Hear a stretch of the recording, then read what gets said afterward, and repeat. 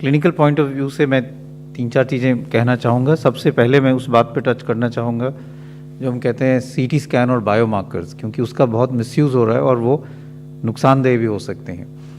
तो अगर हम देखें तो सीटी स्कैन आजकल बहुत ज़्यादा लोग करा रहे हैं और ये सोचते हैं कि जब भी उनकी कोविड पॉजिटिव रिपोर्ट आई तो एकदम सीटी करा लें।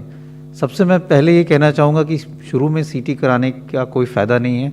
माइल्ड जो आपको अगर इन्फेक्शन है, माइल्ड कोविड है, तो सीटी से कोई फ़ायदा नहीं है। सीटी में कुछ पैचेस आएंगे। कई स्टडीज़ हुई हैं, एक स्टडी हुई है जिन्होंने एसिम्प्टोमेटिक लोगों में सीटी देखा और ये पाया कि 30 से 40% एसिम्प्टोमेटिक लोग जिनको कोई लक्षण नहीं है, सिर्फ उनका कोविड पॉजिटिव है, उनके सीटी में भी कुछ पैचेस आते हैं और वो अपने आप बिना ट्रीटमेंट के ख़त्म हो जाते हैं। तो इसलिए सीटी कराने का कोई फ़ायदा नहीं है, स्पेशली अगर आपको माइल्ड इलनेस है, आप होम आइसोलेशन पे हो और आपकी सैचुरेशन ठीक है और कोई ऐसे कोई लक्षण नहीं है।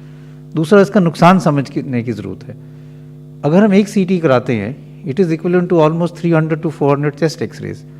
आपने एक सीटी कराया तो आप ये समझ लें कि आपने अपने 300 एक्सरे करा लिए चेस्ट के। और ये भी डेटा है IAEA का भी, इंटरनेशनल एटॉमिक एनर्जी कमीशन का भी डेटा है, जो रेडिएशन प्रोटेक्शन इन मेडिसिन की बात करते हैं, कि बार बार स्पेशली यंगर एज ग्रुप में सीटी कराने से risk of cancer in later life increases. तो आप अपने आप को नुकसान ही ज़्यादा करा रहे हैं जब उसकी ज़रूरत नहीं है, क्योंकि आप अपने आप को रेडिएशन एक्सपोजर कर रहे हैं और उससे बाद में कैंसर होने का चांस बढ़ सकता है। इसलिए मैं यही कहूँगा कि अगर आपको कोई सिम्टम नहीं है, माइल्ड डिजीज़ है और सैचुरेशन ठीक है, तो प्लीज़ सीटी ना कराएं। सीटी तभी कराने की ज़रूरत पड़ती है अगर आपको मॉडरेट इलनेस है और आप हॉस्पिटल में एडमिट हो रहे हैं, और अगर डाउट हो तो पहले चेस्ट एक्सरे कराना चाहिए, उसके बाद ही सीटी स्कैन कराएं। दूसरा है बायोमार्कर्स। बायोमार्कर्स का मतलब कि आजकल लोग कोविड पॉजिटिव हुआ तो ब्लड टेस्ट कई करा लेते हैं, अपना CRP देख लेते हैं, ब्लड CBC देख लेते हैं, D डाइमर देख लेते हैं, LDH देख लेते हैं, फेरेटिन देख लेते हैं। फिर से मैं यही कहना चाहूँगा कि अगर आपको माइल्ड इलनेस है, होम आइसोलेशन पे हैं, अगर आपकी सैचुरेशन ठीक है और कोई और लक्षण नहीं है, बुखार भी ज़्यादा नहीं है, तो इन सारे बायोमार्कर्स का करने का कोई फ़ायदा नहीं है। इससे पैनिक रिएक्शन ही ज़्यादा होगा। ये सारे बायोमार्कर्स एक्यूट फेज रिएक्टेंट है, मतलब अगर आपके बॉडी में कभी भी इन्फ्लेमेशन होगी तो ये बढ़ेंगे। अगर आपको फिंसी हुई, कोई जख्म हुआ, दांत में इन्फेक्शन हुआ, तो भी ये सब बायोमार्कर्स बढ़ेंगे, क्योंकि एक बॉडी का इन्फ्लेमेटरी रिस्पॉन्स है। तो इससे ये नहीं पता चलता कि आपकी बीमारी जो है वो बढ़ गई है।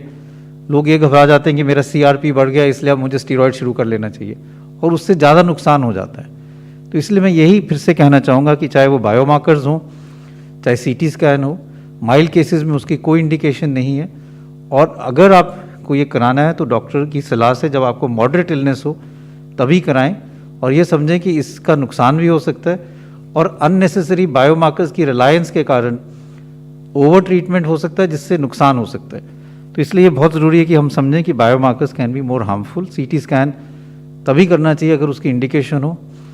कुछ लोग ऐसे हैं जो हर 3 दिन बाद CT करा रहे हैं, और मैं उनको यही कहना चाहूँगा कि उससे नुकसान ज़्यादा है।